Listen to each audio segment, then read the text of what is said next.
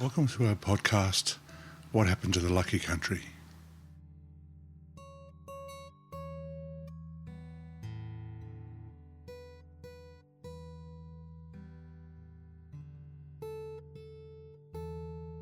The topic today is universal basic income. Should Australia implement it?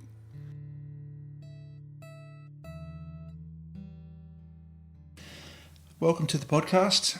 Universal Basic Income, UBI, is a regular unconditional cash payment from the government to every citizen over 18 aimed at reducing poverty and providing financial security.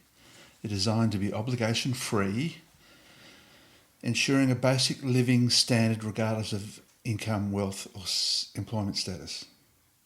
Now, the point in there that's interesting is obligation-free. I hate obligation-free. Anyway, key aspects of it. Purpose: to provide a safety net, improve health and education, and address job losses caused by automation and artificial intelligence. Do you think artificial intelligence is going to hit us that quick? Yeah, it is. I think it's starting to hit us now. Payments are made to individuals, not to households, on a regular basis.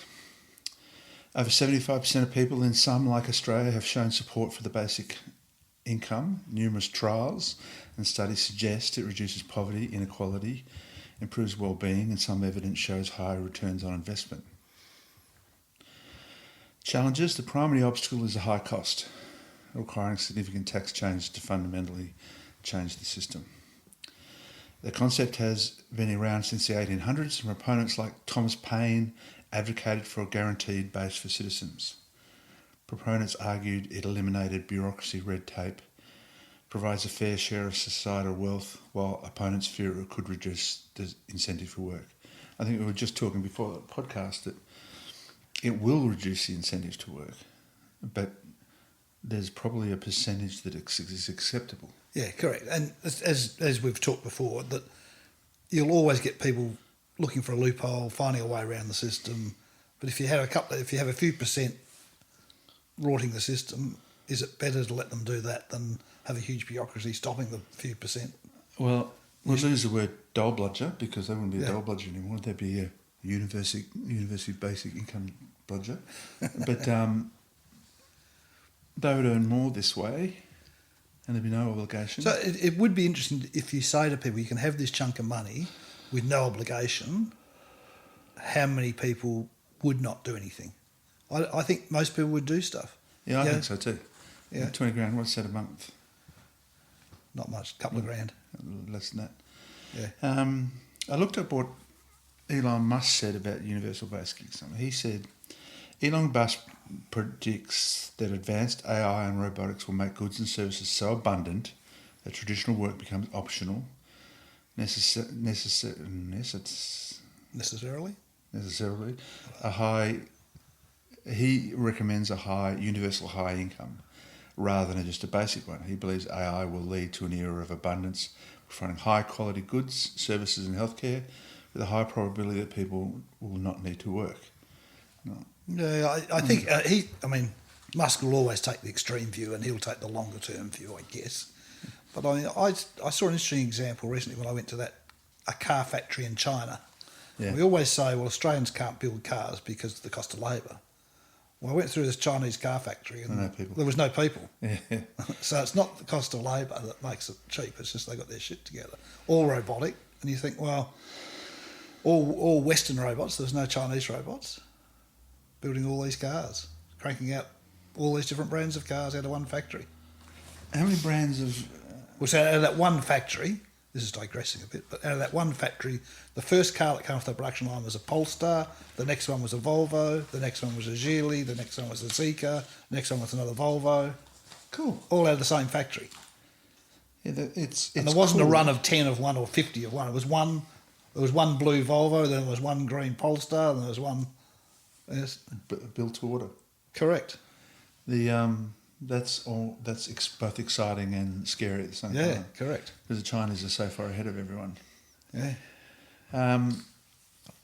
But again, so you look in that world where traditionally you'd say a car factory would be used to soak up lots of low-paid workers. Well, there's no low-paid workers there. There was some. There was 100 or something. But there's no big soak of low-paid workers in China building cars. Yeah. So if they don't have anything to soak them up, how are we going to have something to soak them up? Well, apparently down the docks, we're completely off track now, but down the docks there's stacks and stacks of Chinese EVs. Not anymore. They've sold them all last 2 months. Are they? Yeah. And didn't they change the budget? Slightly. Over 75. Yeah, Under slightly. 75. That's good. So it was that whole thing. It's a bit ironic. I find it ironic that they put in place a scheme to try and get people to buy more electric cars, and they said it was so successful we've got to stop doing that. Yeah. You say, well, isn't that what you want? It's like the home battery thing, same thing. Oh shit! People actually taking up the scheme we put out there, so we better shut it down. Yeah, that's our government. So anyway, back on track. Musk advocates the universal high income, but he acknowledges there are significant unpredictable risks, and we'll talk about that further on. I don't accept much that Musk says. I don't think it'd be a high salary. I think it'd be a token salary, because people would lose incentive. I mean, if you got given $200,000 a year, what would you do? I'd start travelling. So the Queensland School of Public Health and Social Work Professor Christine Morley says Australia should call this a cost of living crisis, which is really what it really is, a wealth gap, allowing the inequity to continue and grow, can only lead to the eventual breakdown of society, especially one faced by radical transformation when it comes to employing people taking technology jobs. So her position is the wealth gap is going to get so wide that people are going to start rioting the streets. Yeah. And there's no doubt it'll happen in America a long time before it happens here. Yeah. Because they are on the edge all the time. And there's a much bigger wealth gap. Much bigger wealth gap. There's been numerous trials and experiments successfully conducted in many countries, driven by the need to balance the wealth gap slightly, to give people dignity in their lives and drastically simplify government spend as a result. Yeah. The trouble with a lot of those trials, though, is you can't do it sort of deep enough or broad enough, or long enough. So there was one I was reading the other day that was they picked 5,000 people at random from a city and gave them $20,000 a year, and you say, well, if you're only doing it for a small part of the population, you're not changing the overall behaviours. Yeah. No. Whereas if you do it for everybody, you will get different behaviours from everybody. Yeah, but you get different risks as well. Because yeah, you do, absolutely. If you did it for everyone, immigration would go through the roof. Yeah. Well, it's already through the roof. But paying for universal income will require substantial tax reforms, and we'll talk about that in the middle. But more importantly, it will require political courage. Yes. Which is a rarity. A rarity. Well, and the biggest part of the political problem I see is it's an experiment that would take longer than 2 terms to know it works. And this is a problem that we've said before, there should be longer terms, but they should be limited. So if someone got in by a huge landslide and said, well, this is what we'll do, probably the first term, it's hard to believe it would be a raging success within a couple of years. No, I imagine it'd be. So then they'd lose a stack. And would they hold on by their teeth long enough to get... I don't know how long before you know it works. Yeah, I said before, democracy doesn't work. Nah. So they're talking about a wealth tax, particularly on businesses that don't pay their share of tax now. We'll talk about that in a minute. 31% of multinationals paid almost no tax in Australia last year. If companies like these were taxed at the same rate, effectively at 45%, that potentially could pay for the full universal basic income. Yeah, and like the whole thing there is you need all the countries to agree on the same tax rate. And then you wouldn't have people shuffling money between countries. Let's come back to that. In Norway, minor companies are taxed at 78%. The companies still make billions in profit, but every citizen is technically a millionaire thanks to the nation's sovereign wealth fund. That's interesting. That's a bit too far for me. Critics of the universal income ignore the many ways that people make contributions to society that are unpaid and often unrecognised. There's lots like that. There's especially in the creative space, but also people like carers and volunteers. Carers. Yeah. I keep thinking about what it means to me and my kids if we were doing this. Anyway, the wealthiest elite, the richest 1%, more than twice as much wealth as the other 85%. Yeah. Now, I don't think we should think this is a panacea for the wealth gap. No, but it's part of the overall package. I think. I mean, I used to travelling a lot. I always think what to me has made Australia better than a lot of other countries is obscene wealth and obscene poverty. You go to India, you go to the US, and that, you see that extreme. India's the same. You see a palace with bloody 10 Rolls Royces next door. There's complete poverty. The house next door, sort of stuff. Shitting in the park. That's what I saw last time. Yeah. So, in Australia, 44% of total wealth is held by the top small percentage, which is, I think, worse than it was. Oh, it's definitely worse. It's getting worse. It's definitely getting worse. And there's something about scale that makes the rich richer. There's also something wrong with rich, that they start to believe their own shit. But that's a separate topic, maybe a whole topic. The universal basic income forms a key building block for the democratic and egalitarian society. And I think out of anyone in the world, egalitarian is something that we would aspire to. And I would be prepared to lose money so that someone else comes up a bit. Yeah. The problem is, I don't think everyone else would. Well, and that's the difficulty, because it's a bit like we were talking earlier about the removing negative gearing in Australia and grandfathering it, so you wean people off over a period of time. To bring universal basic income in, you'd almost have to say, well, there's going to be winners and losers here, so you're going to have to do something in that interim period, which might be 10 years. I'm not sure you could do it tomorrow and just say, okay, as of tomorrow, we're going to give everyone 25 grand a year, whatever the figure is. And I don't think you could do this in isolation.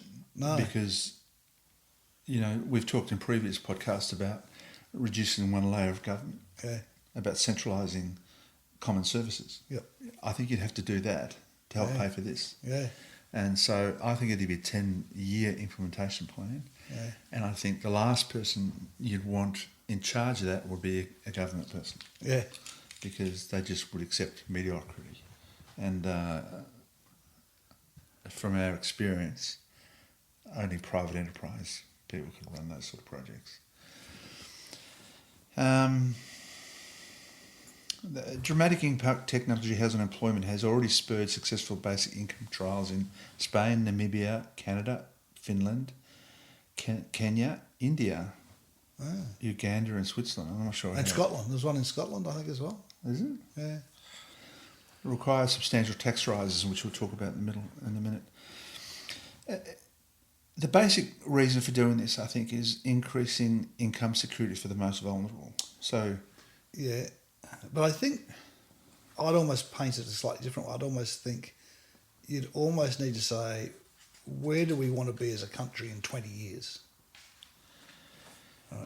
No one does that. Yeah, if we keep going what we're going, we're going to get that gap bigger. There's going to be more problems. If you say you want it to be a more even society in 20 years, how do you get from here to there? Yeah, and this would be part of that step. Yeah, I get that. But you'd have to change a lot. It'd have to be all these initiatives we've talked about through all these podcasts. Yeah. Increasing the security gap. So, increasing security for domestic violence victims, have their own salary. Yep. So they can walk away. People that are living on the street. Yeah, I see. I also think of, as I said before, artistic type people, who often have quite a subsistence income. Potters and painters and musos and how those people make money now, I don't understand.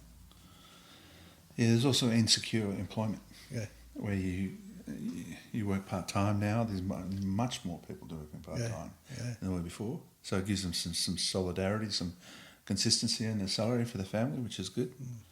And that probably also means they can borrow money if they've got some guarantee of income. That's interesting. Could they use the government allowance as a Well, they guarantee they're going to get 25, whatever the figure is, something. Yeah. Impact on health and well-being? They're saying there's a lot of information saying that having that basic bit of income reduces the stress in society and mental health. And mental health is growing and growing as an issue you have to face. So, So as part of your business case, you say your medical costs go down. in theory, Yeah, I think it's fair bet. reducing. Well, you may reduce crime as well, I guess. Petty crime, petty theft. Yeah, because, a drug addict. That's a step too far for me.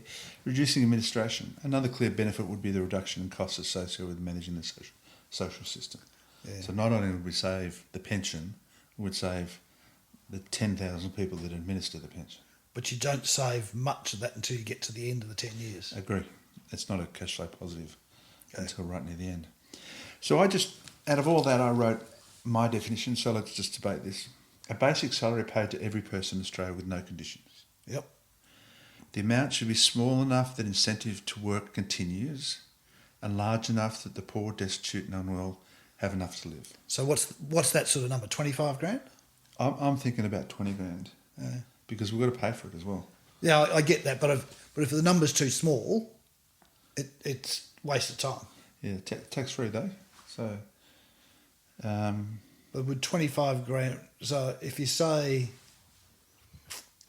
you're renting your food... So rent's what, say 500? Yeah, there's 25 grand. Yeah. I think you're saying... So then do you say, is all you're doing is providing housing? I think you're seeing more people live in groups than before. And I think that... Oh, well, I guess if you've got a family of three of them get it, don't they? Over 18. Yeah. Yeah. Well, even if there's just a couple, 50 grand a year 40 or 50 grand a year would cover a lot of people's food. Basic stuff. And accommodation. Yeah. The amount is hard to calculate, but half the minimum tax wage has been discussed in many articles. There are no studies in the world applicable to our situation because we're fairly unique, Australia. I think we're more egalitarian than most parts of the world, although that's disappearing the more the wealth gap continues. And the government overall is necessary to fund this project. So are you happy with the definition? Yeah, that's a fair definition. I'm trying to get my head around How much and how it would work. Because if you only gave people 5 grand, it's just a cash handout. No, it's nothing. If you gave them 200 grand a year, That's too much. as you said, no one would ever do anything. No. So, but that's when you almost tie it to housing and food. If a couple thought that if two people lived together, whether a couple or two mates, if that covered their food And the rent. and their rent, then they've got to work to do anything else. I'll get in a bit more coming up about the cost for these things. So for clarity, what we are asking, a basic universal salary for all citizens over 18. I don't think you can do this in isolation, just say tomorrow we're going to pay everyone $20,000. It would bankrupt us. Yeah.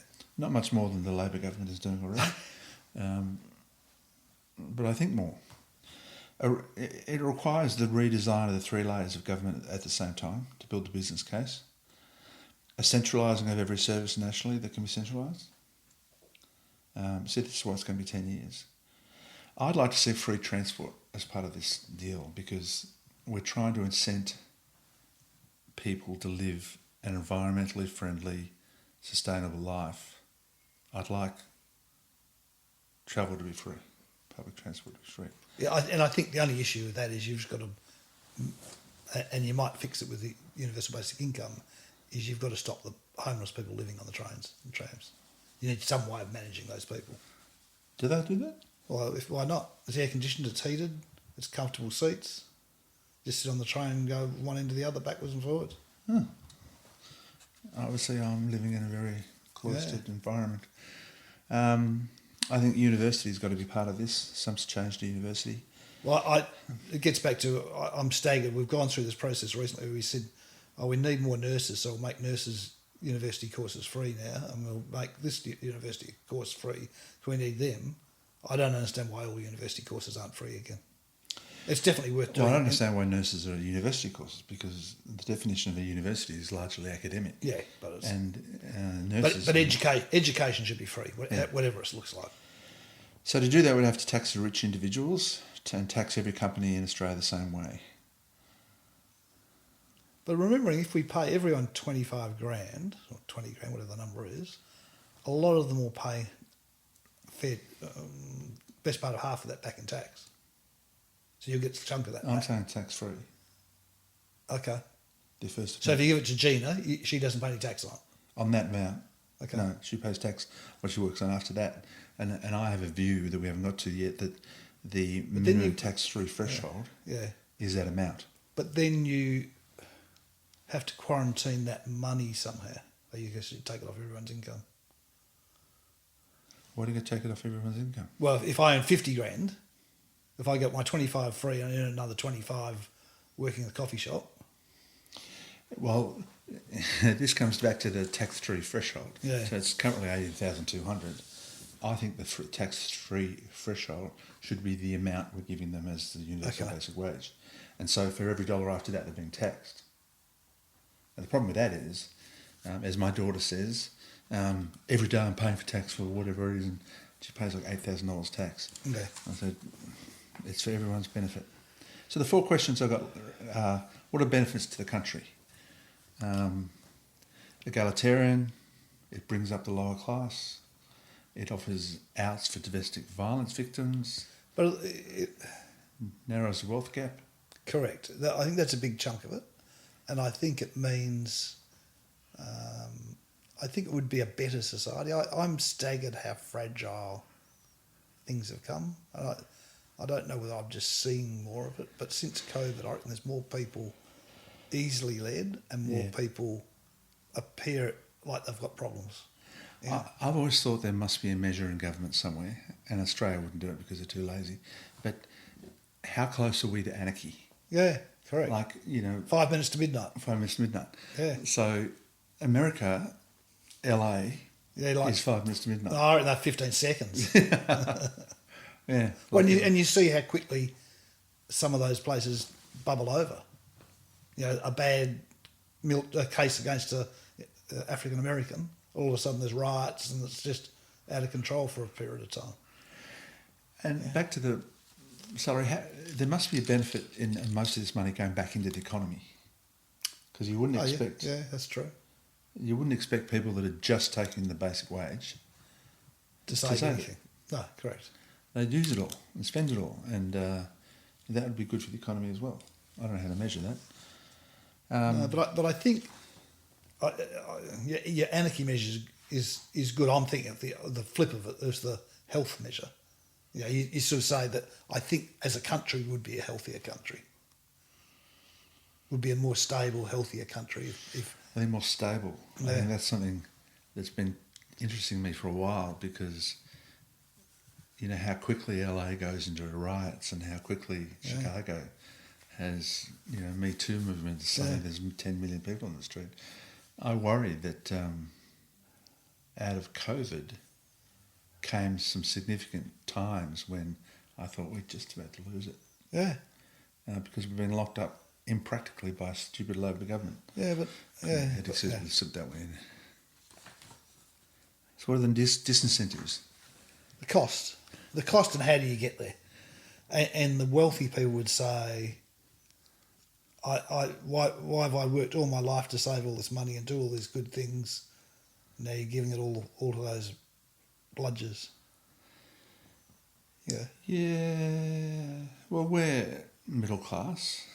I don't think that. I think we're an exception more than... Yeah. I think we're both exceptional, in fact, what I'm trying to say. No. Well, but I just think people would say, oh, so I'm going to pay more tax to help those bludgers who don't want to work. They're just going to get 25 grand from me to do nothing. Yeah, that's right. Yeah. Yeah, and how many would leave the country or move their None. production overseas? Some would, I'm sure, but yeah. I think a disincentive is that a higher percentage than now would stop working. But is that a problem? I don't know. If they stop working doing corporate jobs and run food banks or whatever, No, that's good. yeah, Well, I suppose you're trying to balance it with AI and the disappearance of jobs. yeah. So, Because I'm not sure how much AI is going to impact. I feel it's going to be bigger than we realise, but I can't think of what jobs are going to soak up big first. chunks of people. You look and you go back in the old days, the CBD buildings were full of banks and insurance companies and It was all paperwork. and lawyers and but there's none of those. I don't know who fills the buildings in the city anymore. I don't think they do. No. I think there's a high vacancy rate in town. But So what's going to gonna be employ people? If we don't have any people employed, then you are going to have disharmony on the streets. yeah, but is a small amount of money to stop this disharmony worth it? And I think it probably is. I think it is. I think it's interesting because what was that lady's name? Professor Christine Morley from the QUT said the breakdown of society is a big reason why she wants to see it. And the more and more I think about it, the more I think that's one of the benefits. Yeah. It's hard to be not paranoid. Well, that's what I'm saying. That's the stability one, isn't it?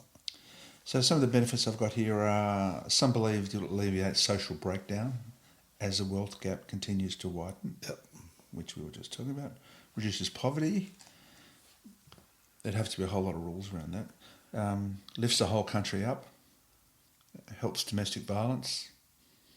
Gives financial security. Improves inequality. Improves well-being. Positions the citizens for the future. A utopian one. So, if you tied it to free education, does that mean people would go and become more educated, more qualified? But they'd be more qualified for jobs that don't exist. But maybe they wouldn't. Maybe they'd become AI experts, or maybe they'd. So then, if you let's make this project as big as we possibly can, and so let's roll it into fixing the education system at the same time. Well, I think all this transformation of government has to happen at the same time to free up enough money to pay for this. And we're talking $500 million to do 20 grand per person. So you're not going to get $500 million from nowhere. Correct. You get 200 from pensions and 20 from NGOs. But I'm just thinking, so if you had a lot of people with a lot more time, you want them to use it productively, whatever productively might mean. That might not be being producing shit, but it might be becoming wiser or more educated. So could you put conditions on the 20 Now, you grand? can't make it conditional. I think that's the wrong thing. But if you said, here's 50 things you could do, you could run the local food bank, you could help out at the local charity, you could help Mrs. Jones next door with the washing, I don't know, or you could do a university education or a TAFE course or because becoming a plumber is now free. Yeah. I've just done a podcast on education, and I said there should be a central body that standardises. Instead of letting people apply for what they want to apply for, there should be a step before that says what the country needs. Yep. The country needs this year 55 Plumbers and electricians, yeah. plumbers, electricians, but they're never going to say we need more lawyers. Correct. But the doctors seem like a closed circuit because they keep it narrow. So we need 60 doctors this year. Okay, there's 60 places. Yep. We need 700 engineers. They sort of loosely do that, but they don't do it well enough. Don't do it very well at all, and it comes down to your ATAR score, and I'm not sure that's I mean, I was very low on the curve, but I was good at public speaking. So, Right. but you never got a score for public speaking. Yeah.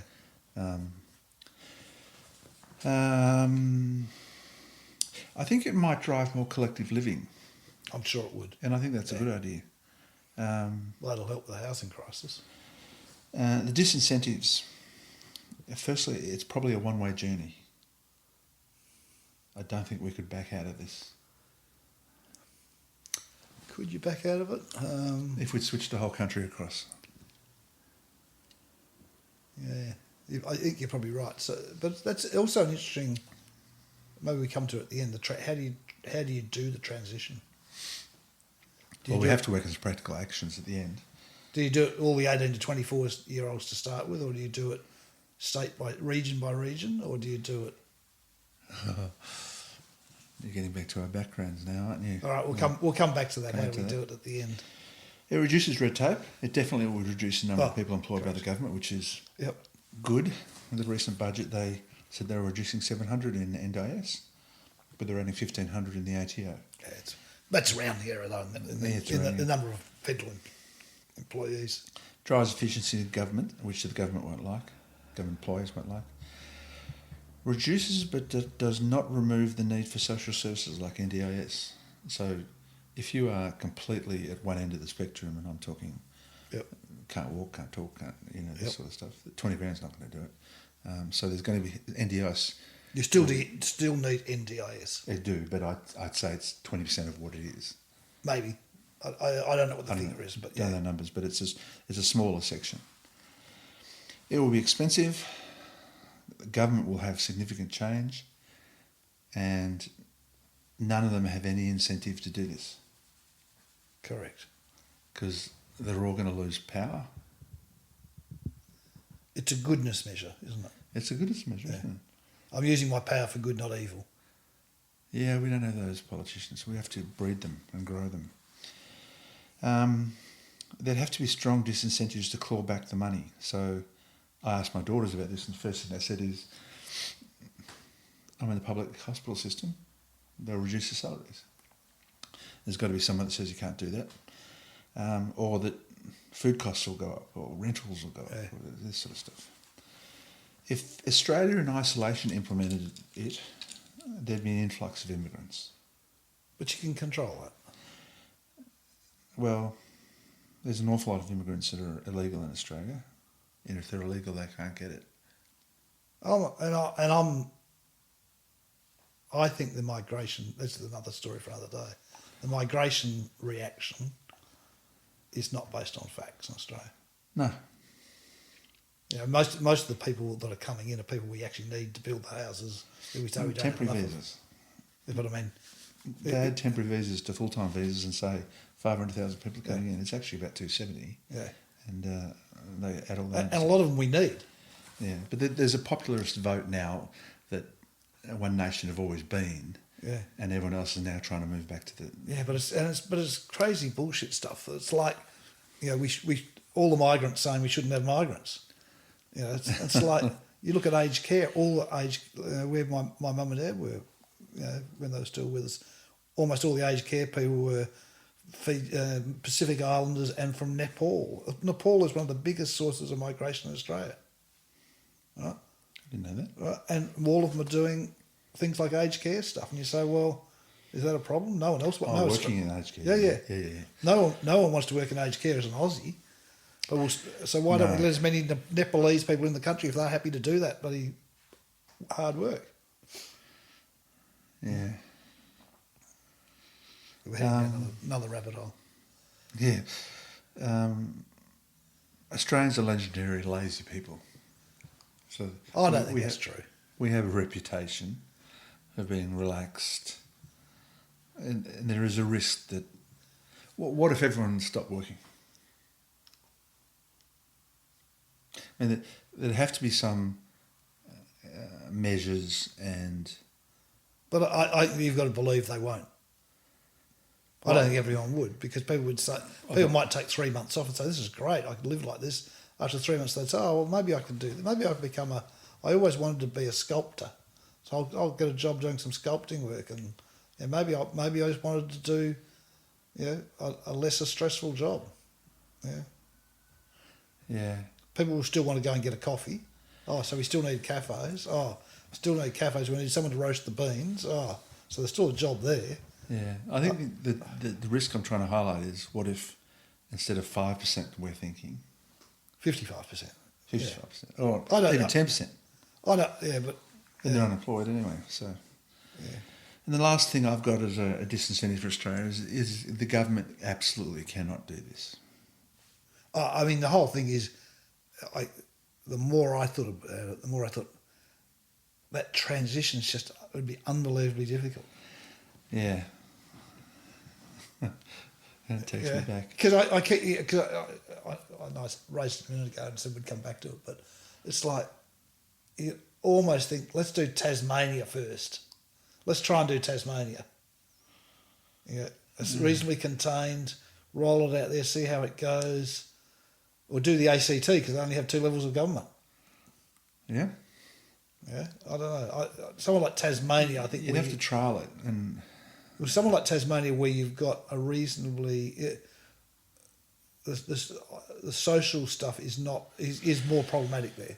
I don't know the figures, but my feeling is you get less wealth in Tasmania. yeah, property prices. Property prices, but Yeah. probably just that's my sense of Tasmania. So what would happen there? And you'd say, would you get more people moving into tourism type stuff? Would they do more gin distilleries or bloody marijuana things? Oh, Yeah, I think governments would, the state governments would all complain if you did it in one place.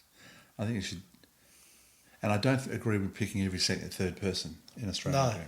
That won't work either. You'd have to pick pockets in each state. well, that's why I say I'd like to do a bigger chunk than a pocket, because otherwise it's almost like what we've done with Indigenous, where you say, well, we'll sort out Alice Springs, and give them all the food cards, and tell them what they're allowed to eat, and Yeah, that's not the it answer then either. distorts things again. So I reckon Tasmania might be doable because it's big enough and small enough, and contained enough. There's so many jokes I could use now. So if we look at, in Australia, we came up with the same number, over 18, 22.2 million. Yeah. At 20 grand, that works out to 458 billion.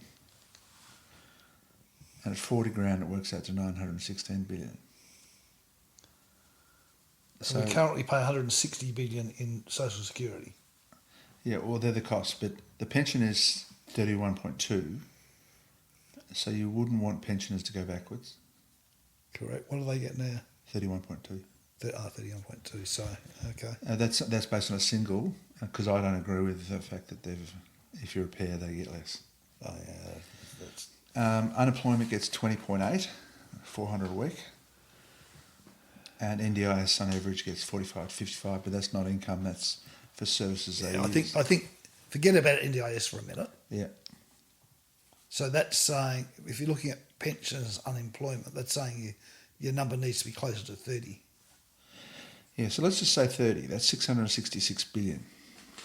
Now, how are we going to pay for that? Well, 160 that comes from what Social Security are paying out today. 160. I had a higher number than that. I had 164 billion out Social Security paying out. Sorry, they're paying out 263, but 100 billion of that is Medicare. 100 billion is... 97. Well, Medicare would stay. Yeah, correct. Wonder how much you'd have to pay to take away Medicare. Why would you take it away? Because... I think it's working reasonably now. I think it is too. So pensions can be replaced, unemployment can be replaced, NDIS can't be replaced. Some other pensions can be replaced, but... So what was your total? We need 600 to do... 666 billion. Right, and we've only got 200. 200 billion, So, right. which has changed the pensions. But that's the money going out. What is it actually? I couldn't find out what it cost you to run Centrelink. I thought that was fascinating to read the budget papers and not be able to work that number out. Yeah. So they're hiding the numbers in there somewhere, but I couldn't work out where they're hiding it. So I think 200 but, billion. But it wouldn't be 100 billion to run it. No, I'd say it'd be about 25%. So if you go 200 billion, you can save. Yeah, but I just think you get a lot of people for $1 billion, a lot of employees for $1 billion. Depends what you pay them. They're not government employers, so they're not limited by. They're not government. They're not politicians, so they're not limited by the public purse. Yeah. They earn more than politicians. Some of them. But you also, and you've got a big IT spend, but that's even if that was $5 billion a year. Yeah. So you get. Well, what number are you up to? 200 billion? We're up to, let's say we're wildly optimistic. We've got 330 billion Out of 660, so halfway. halfway. Well, the other things you've got to talk about are NDIS. You could take half of NDIS away because, all these kids with autism and all these people with Parkinson's. Well, that's only 20. So we're paying 56 billion for that. So that's under 20. Yeah. How much do we get out of high net worth individuals? We're 300 or 400 billion short at the minute. Yeah. Well, it's high net worth individuals have got us 5 billion because I found paper on that. International companies got to pay 20% of their income. There's billions in that. There's not hundreds of billions though. No. So some of the projects we could do to save money would be standardising, centralising state services. How much would that cost to save across the... Yeah, you could save a shitload there, yeah. So I said 10 billion. Removing local government and centralising services to the state level. So you're getting rid of local, not rid of state. Well, you're getting rid of one. Yeah, I think I'd get rid of state, but... Yeah. You'd have to have super suburbs in. Yeah. Let's just leave it at removing one level of government. Yeah. Oh, there's a lot of money there. Yeah, it's 15 billion, I said there. Right. Now, I said something very controversial here. Something else very controversial. Which doesn't add up. Defence. Ah, yep. 55 billion. We can't defend ourselves from anybody. Why do we bother? Yeah, of all the things, and you and I have had this conversation before, I don't understand submarines unless it's really a communications network. It's not it's not an attack type network. Ours isn't, no. So if we have all these submarines, does that just allow us to do communications if there was a major problem? Well, the only reason they had it originally was that America would come to protect us, which they did during World War II. Yeah. But I don't believe America would come to protect us now. It'd be too late by the time they thought about it. Well, if China wanted to attack us, it'd take about 11 minutes. Well, and I still think the more likely would be Indonesia. Well, there was a study done by the Australian government on whether Indonesia attacked, and they drew a line between Sydney and Melbourne. Yeah, and it's we could check like that the Margino line, but yeah. So, or we sell it all to someone else. So I think I think there's money to be saved in defence. Yeah, and the guy running the IT there, I don't think has any idea what he's doing. You know him, do you? You know it too. Oh, do I? Don't tell me. Removal of tax breaks, negative gearing, capital gains on houses. Yeah, but that's noise around the edges, isn't it? Yeah. That costs. That brings you to sort of 450 billion. Yeah. Still 200 billion short. And I wanted to add free public transport in universities, which adds to add 10 back in. So that gets us to a couple, 300 or 400 billion. Not enough. So we'd have to do something else different. The question is, how much of the economy would be improved by everyone having money to spend? Because not much now, because all those people, one way or the other, are paying rent and food now. Most of them are. Yeah. You're not creating more money. Not creating more money, no. Yeah, is this why no one's done it? This is why no one's done it. I think there's got to be a leap of faith. But a leap of faith to what? That goodness is worth a couple $100 billion a year. Yeah. Well, I get frustrated with roads because we know from You're laughing at me. No, that's all right. That's right. You know, bandwidth in telecommunications. Yep. If you increase the bandwidth into a building Yep. it just gets used. Yeah. If you Roads are the same. increase roads, they'll just keep getting used. So you've got to bring in congestion charging. Yep. And I said congestion charging should pay for free travel, but we've got to drastically change society to make it egalitarian, and I think. But see, I think free travel just about pays for itself in the lack of needing a ticketing system and an inspector system. I can't believe Queensland have gone for, is it 50 cents or $1? 50 cents. So you still need a ticketing system. Yeah. They could have gone that. It would cost them 50 cents a person to run that system. Correct. So we're a couple of $100 billion short. The question is, do we? So we need a dictator as well. I think is the other part of the solution.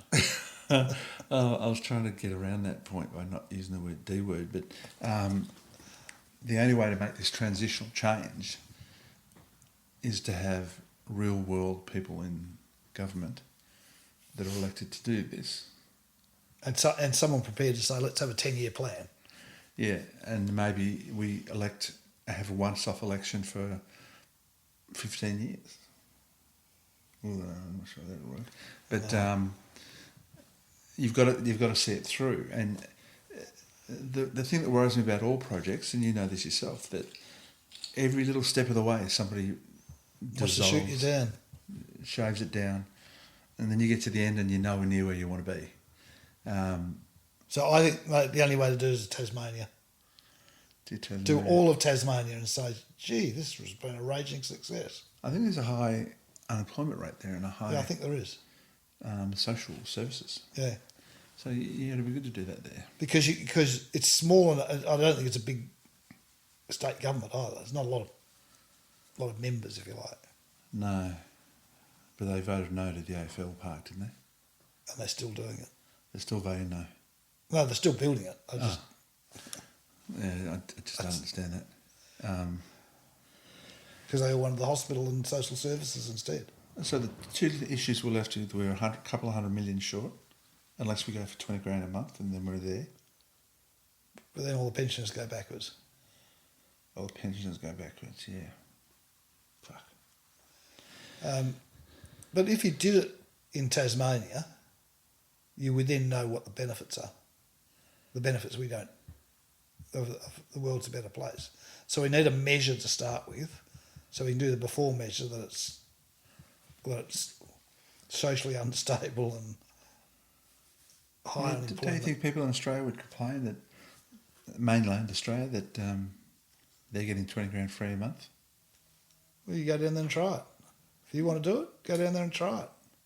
But you'd have to do it for 10 years, 5 years. 5 years to get the real value out of it, which means we're on a 20-year project then to do the rest. Yeah. But if you do it for 5 years and it was a raging success... Yeah. It minimises the numbers. I think the two issues left for me are how much we pay and therefore how much we can afford, and we can't have government do this because they're not capable of doing this sort of transformation. It'd have to be private enterprise, and private enterprise worries me because... Yeah, then they'll try and make a lot of money out of it. Yeah, you make people rich for doing nothing.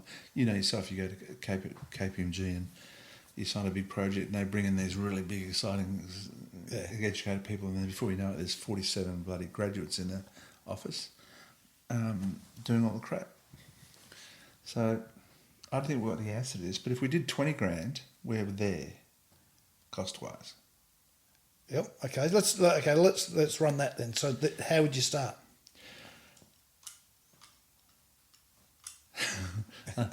It's hard, isn't it? I'd probably start with an age group. Okay. So everyone turns 18 after this date. Gets it, because then it's countrywide. Because there's going to be a lot more issues, but there'll be no critical mass. Correct. Which is what you're saying. I don't know. So 20 grand, I think. See, will recover some money because everything they earn, they don't no longer get the tax-free threshold. Yes. So everyone, from the first dollar they earn as an employee, will be taxed. So there's a benefit there for the business case. Yep. And who would run it? I mean, I can't see how you can do it other than by the government running it, really. Yeah, but not... Yeah. You need a strong government person running it. Yeah, Pull someone out of a big corporate and say, you're now... military? Maybe, yeah. Yeah, they don't take shit. Well, and we've done that with, like, rebuilding Darwin. You know, Yeah. Big projects, government projects. Yeah.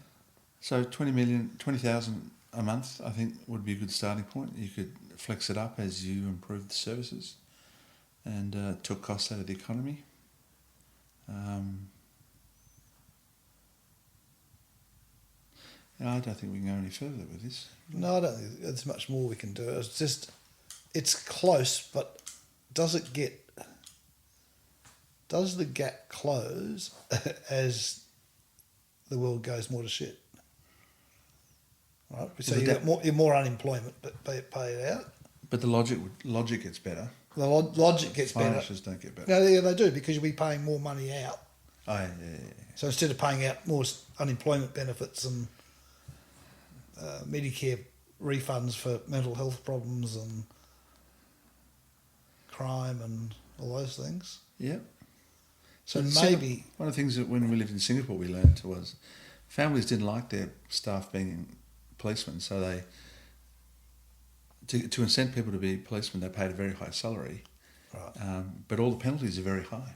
Right. Like you can't chew gum, you can't do this, can't do that, can't do that. As I learned when I lived there, I lost my licence in a very short amount of time. The increased penalties means the staff needs to be less, and that's how they justify it. So you don't see Singapore police much unless you see 6 with machine guns. Yeah. I don't know why that was relevant at the time. It did make sense to me when I was doing that. Let's leave it at, we think we can justify 20 grand per person. But we want it to be 30. We want it to be 30. And we're disagreeing on who could run it, because I don't think the government... I think if it was a private enterprise, they'd let the contract to Fred Smith, whose brother has never done anything like this in his life. No, I'm not talking about these people down here. I'm talking about the leadership. Yeah. The leadership have to be uncompromising, absolutely aligned with the vision, and prepared to sacrifice their career to get this done. Because you know yourself doing large change projects. Oh, yeah. To get it's it ugly. done, It's you ugly. take a personal hit. Yeah. So I think that's been a good discussion, mate. Yeah, all right. Well done. Thank you.